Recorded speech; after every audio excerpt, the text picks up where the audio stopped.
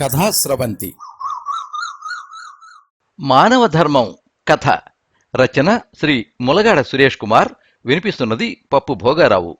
నిత్యం మధురమైన జ్ఞాపకాలతో మనుషులతో సహవాసం చేసే శ్రీ ములగాడ సురేష్ కుమార్ గారికి ఇప్పుడు 58 ఏళ్లు. హైదరాబాద్ బాసి.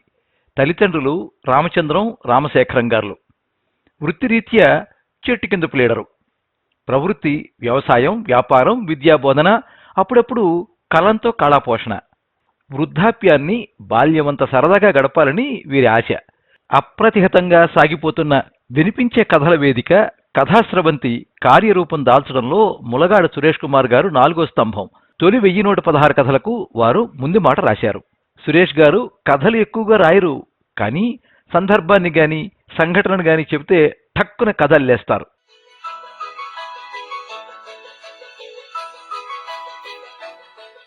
మళ్ళీ ఫోన్ రింగ్ అయింది. అటువైపు సుధేష్ణ. మళ్ళీ తనే. వంట చేస్తూ ఫోన్ వైపు ఒకసారి చూసి బాణలిలో ఉల్లిముక్కలు వేయించడంలో మునిగిపోయింది అన్నపూర్ణాదేవి. సుధేష్ణ పరమేశ్వరరావు, అన్నపూర్ణ దంపతుల ఏకైక కుమార్తె. బిజినెస్ మేనేజ్మెంట్ డిగ్రీ చేసి ఆ పైన ఐఐఎంలో మాస్టర్స్ కూడా చేసింది.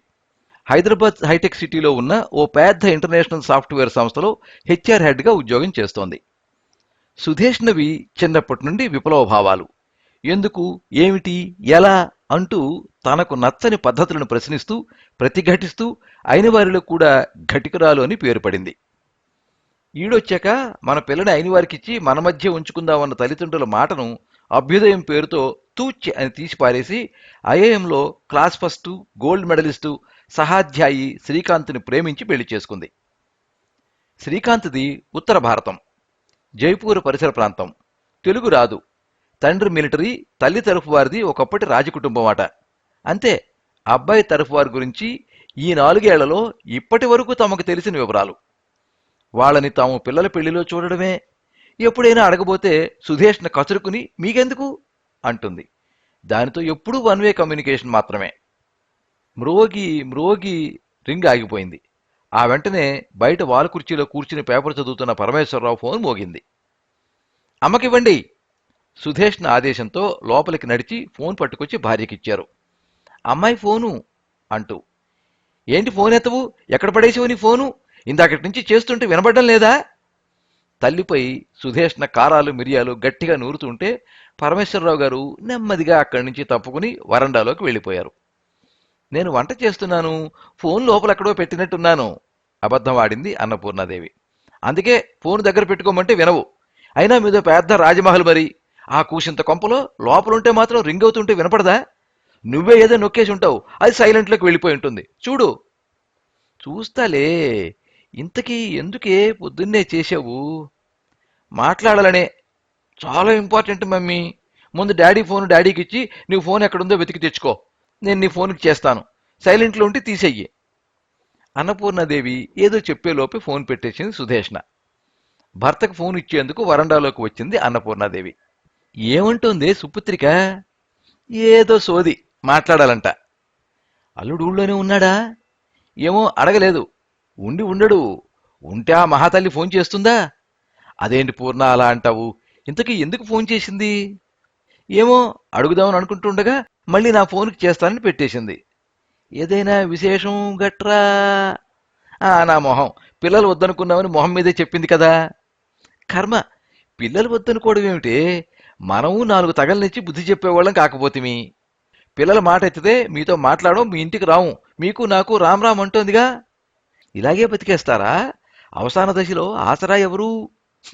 ఇప్పుడు మాత్రం ఏ పిల్లాడు తన తల్లిదండ్రులను చూస్తున్నాడు? వాడు అక్కడ అమెరికాలో, వీళ్ళిక్కడ అనాథాశ్రమాల్లో. ఈ కష్టం మాకొద్దు అంటోంది. పిల్లలు కనడం ఉత్త కష్టమేనా? ఇష్టమైన కష్టం అనుకున్నాం. అవునట. కనడం కష్టం, పెంచడం కష్టం. ఇంత ఇల్లు ఒళ్ళు గుల చేసుకుని వాళ్ళని కని పెంచితే రెక్కలు వచ్చాక గుండెల మీద తన్నిపోతారట. అదో బాధట. అందుకే వద్దట. వాళ్లకు వద్దకపోతే కనిపడేస్తే మనం పెంచుతాం కదా. మీరు నేనునా? సరిపోయింది. కూర్చుంటే లేవలేం, లేస్తే కూర్చోలేం. మన వల్ల అస్సలు కాదు. కాదు, నా వల్ల కాదు. వాళ్ళు పిల్లల జంజాటం లేకుండా జీవితాన్ని ఎంజాయ్ చేస్తారట. ఈ విపరీతమైన ఆలోచనా పొరలను డింకి జంటలంటారట. లోకంలో ఇలాంటి వాళ్ళు చాలానే బయలుదేరారట. అన్నపూర్ణాదేవి నిట్టూర్చింది. అసలు పెళ్ళే చేసుకోకపోతే ఇంకా బాగా ఎంజాయ్ చేతురేమో చెప్పకపోయావా? ఇప్పుడు మళ్ళీ ఫోన్ చేస్తానంది కదా, అప్పుడు మీరే చెబుతారు గాని. అన్నపూర్ణాదేవి మాట పూర్తయ్యేలోగా లోపల వంటింట్లో ఆవిడ ఫోన్ రింగ్ అయింది. అదిగో అమ్మాయి గారే అనుకుంటూ వంటింట్లోకి వెళ్ళి హలో అంది అన్నపూర్ణాదేవి. అమ్మా, నా వాట్సాప్ స్టేటస్ చూసావా? నువ్వే చూడలేదు, నా సర్కిల్లో అందరూ చూశారు, కామెంట్స్ కూడా పెట్టారు. ఏం పెట్టావే? పూచంపల్లి ఇక్కత్ చీరమ్మా, భలేగా మెరిసిపోతున్నానని బోల్డన్ని కామెంట్స్. మంచిదే కదా. ఓసి పిచ్చమ్మా, నువ్వు ఫస్ట్ నా స్టేటస్ చూడు. ఆ చీర ఎవరిదనుకున్నావు? నీదే. అప్పుడెప్పుడో వచ్చినప్పుడు మా ఇంట్లో మర్చిపోయావు. నా చీరల సెలక్షన్ బాగోదంటావు కదే కదా. అలాగే అనుకునేదాన్ని. ఆ ముదురు రంగులు, పెద్ద బార్డరు, అబ్బా బోర్ అనుకునేదాన్ని. కానీ ఈరోజు ఎందుకో పొద్దున్న శ్రీ, అదేనే శ్రీకాంత్ వార్డ్రోబ్ తీస్తే అక్కడ తనకి నీ చీర ఎదురుగా కనిపించిందట. వావ్ అన్నాడు. నేను కడితే సూపర్గా ఉంటుందని నాతో ఛాలెంజ్ చేశాడు.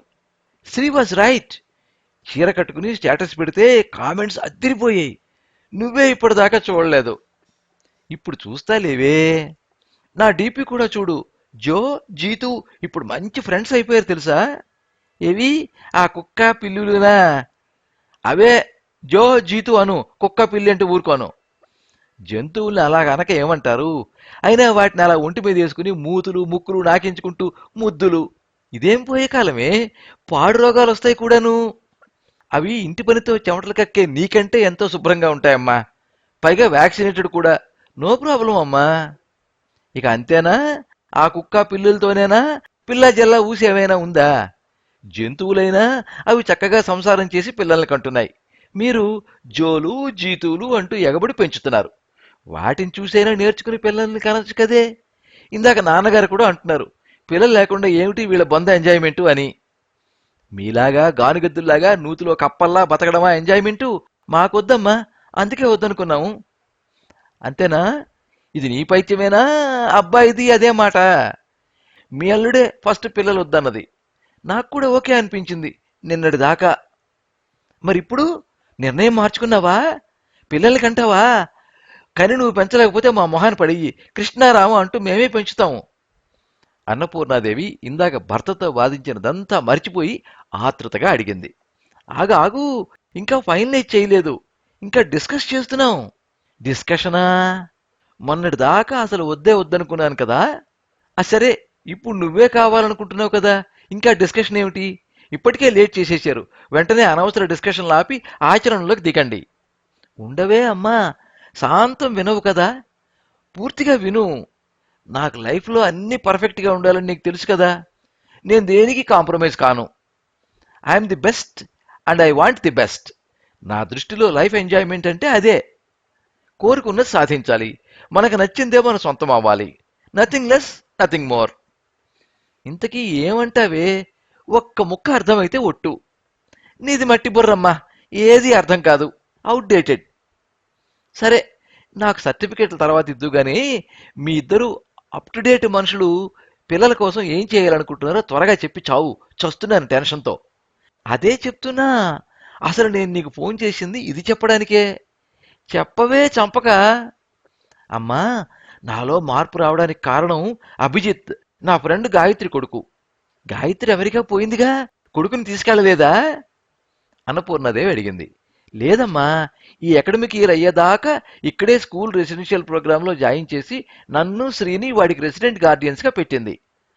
ఓ, నీ పుత్ర ప్రేమకి వాడా కారణం? అవునమ్మా, నిన్న ఫస్ట్ టైం వాడి స్కూల్కి పేరెంట్ టీచర్స్ మీటింగ్కి వెళ్ళాం. అంత దూరంలోంచే మమ్మల్ని చూసి సుడిగాలిలో వచ్చి చుట్టేశాడమ్మా నన్ను. పిల్లల మీద పడితే చిరాక్కదే నీకు? అన్నపూర్ణ సెటైర్ వినే మూడ్లో లేదు సుధేష్ణ. ఏం కాదు, అంతమందిలో అది వాడు నాకు ఇచ్చిన గొప్ప గౌరవం, అమ్మ అనే గౌరవం. మమ్మల్ని చూడగానే వాడి కళ్ళు మొహం అన్నీ ఎంత వెలిగిపోయాయో తెలుసా. నా చేయి పట్టుకుని వదల్లేదు. అందరికీ పరిచయం చేశాడు. ఫ్రెండ్స్కి, క్లాస్మేట్స్కి, టీచర్స్కి, ప్రిన్సిపాల్కి, అందరికీ. ఏమని? సుధేష్ణ మామ్ అని. స్కూల్ అంతా తిప్పి చూపించాడు. నా కళ్ళలోకి చూస్తూ అలా గలగలా మాట్లాడుతూనే ఉన్నాడు. వాడిని చూసి వదల్లేక మీకు కొడుకు కావాలనిపించిందా? ఏదో కోల్పోతున్నాం అనిపించింది. తప్పేదో చేస్తున్నాం అనిపించింది. జన్మమరణ చక్రాన్ని నిలుపుదల చేయడం జీవ సిద్ధాంతానికి వ్యతిరేకం అనిపించింది. అన్నిటికన్నా వాడి లేత స్పర్శ నాలో రగిల్చిన అమ్మనవ్వాలనే ఆశ నన్ను నిలవనీయడం లేదమ్మా. మంచిదే తల్లి. అమ్మతనం మన స్త్రీ శక్తి. మాతృత్వం ఏ ఆడపిల్ల వదులుకోకూడని వరం. అన్నపూర్ణాదేవి కళ్ళు ఒత్తుకుంది. అమ్మా, ఏమ్మా? నాకు అభిజిత్ లాంటి కొడుకే కావాలమ్మా. ఎలా అమ్మా? తప్పకుండా నువ్వు కోరుకున్నట్టే మంచి సంతానాన్ని కంటావు. నిశ్చింతగా ఉండు. అల్లుడుగారేమంటున్నారు? ఆయన నిన్నటి నుంచి మన లోకంలో లేడు. అభిజిత్తోనే 24 గంటలు. మనము పిల్లల్ని కందామని ఇద్దరం డిసైడ్ అయిపోయాం. కానీ ఎలాంటి పిల్లలు? ఇంకా ఏమీ ఆలోచించకండి. అంతా మంచే జరుగుతుంది. మీ ఇల్లు, మా ఇల్లు, పిల్లల సందడితో కళకళలాడే మంచి ముహూర్తం ఇన్నాళ్ళకొచ్చింది. ముందు ఈ శుభవార్త మీ నాన్నగారికి వినిపించాలి. నేను నీకు మళ్ళీ ఫోన్ చేస్తానే. అన్నపూర్ణాదేవి వడివడిగా వసారా వైపు నడిచింది.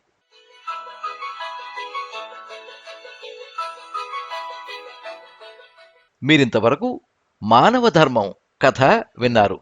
రచన శ్రీ ములగాడ సురేష్ కుమార్. వినిపించినది పప్పు భోగారావు.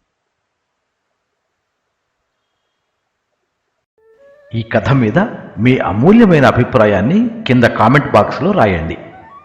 ఈ వీడియోని లైక్ చేయండి. మీ మిత్రులందరికీ షేర్ చేయండి. ఇలాంటి మరిన్ని మంచి కథలు వినిపించడానికి ఈ ఛానల్ని సబ్స్క్రైబ్ చేసుకోండి.